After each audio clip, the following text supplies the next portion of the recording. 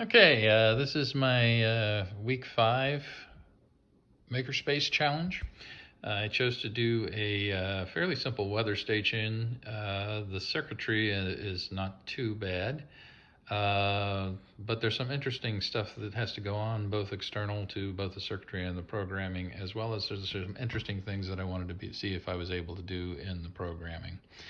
So anyway, a quick rundown on kind of the layout here. I have a what's called a DHT11, which is a humidity and temperature probe.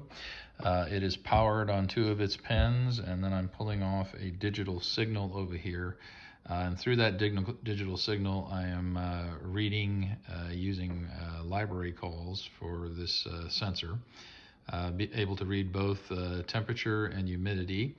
And using some various library functionality, I'm able to also read it in either temperature in either centigrade or Fahrenheit, or I can also use the humidity number and the temperature number to calculate heat index in both degrees Fahrenheit and centigrade.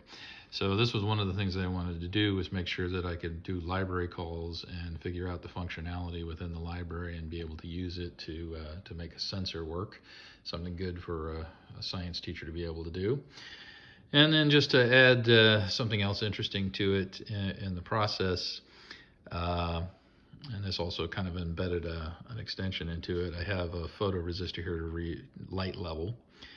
And what I've actually done with this is I have a photoresistor in series with a 5K ohm resistor, and I'm powering across that, and then I'm taking an analog reading over here to my A0 port pin rather, and reading the voltage drop across the photoresistor. Of course, the interesting thing with that is as light goes up, the voltage drop decreases, and vice versa.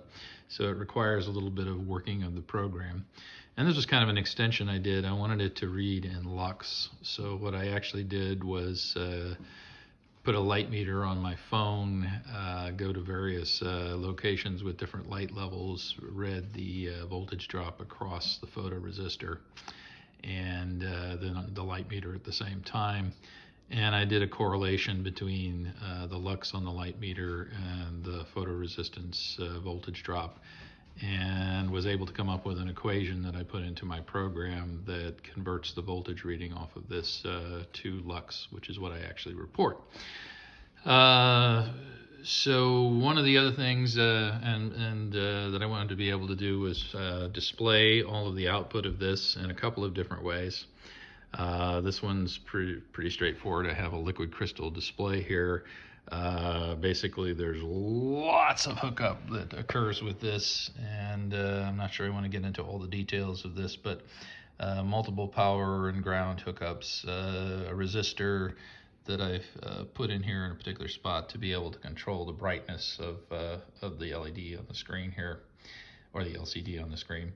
And I could have put a potentiometer in there, but I chose to just put a resistor, so I picked, I believe it was a 1K ohm resistor that gave us this particular brightness, and I was pretty happy with that. And then basically there's a whole series of digital outputs that one uses here, starting with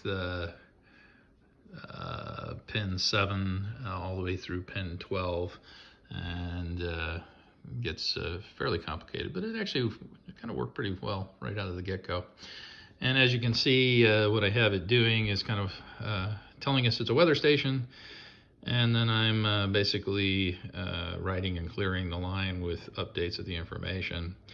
Have humidity in percent, temperature in Celsius, temperature in Fahrenheit, heat index in Celsius, heat index in Fahrenheit, and light in lux.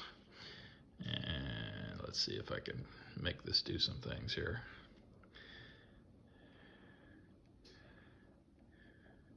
Yeah, so if I block the sensor, the lux went down to about half of what it was. If I put this out in very bright light in the sun, it's up in the 1,000 or so range.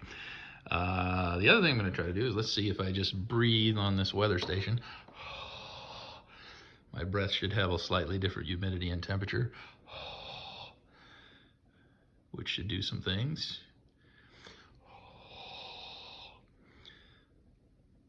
Didn't read me.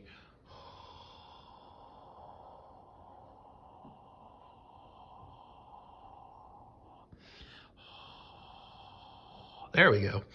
Got the humidity up there pretty good, and the temperature up there pretty good. So yes, my breath is 95% humidity, which is not surprising, since as most aliens would call us, we'd be ugly bags of water. The other interesting thing that I did in the programming that I wanted to make sure that I had a good handle on was manipulating some of the, let's see, some of the serial outputs here. And so as you can see, I have it updating the serial outputs, starting with a new line with a full set of data. There's a little bit of delay before the light data gets picked up, and then it starts another line after that.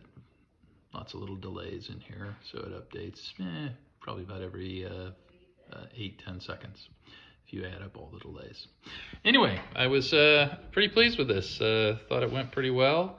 Lots of challenge. I'd have to say my extension was probably coming up with this reading in lux over here, but there was actually a lot of extension, a lot of playing around, a lot of learning about where you can call things from, how you can access libraries, when you have to define variables to make sure that they get picked up, and where the code has to exist to deal with variables.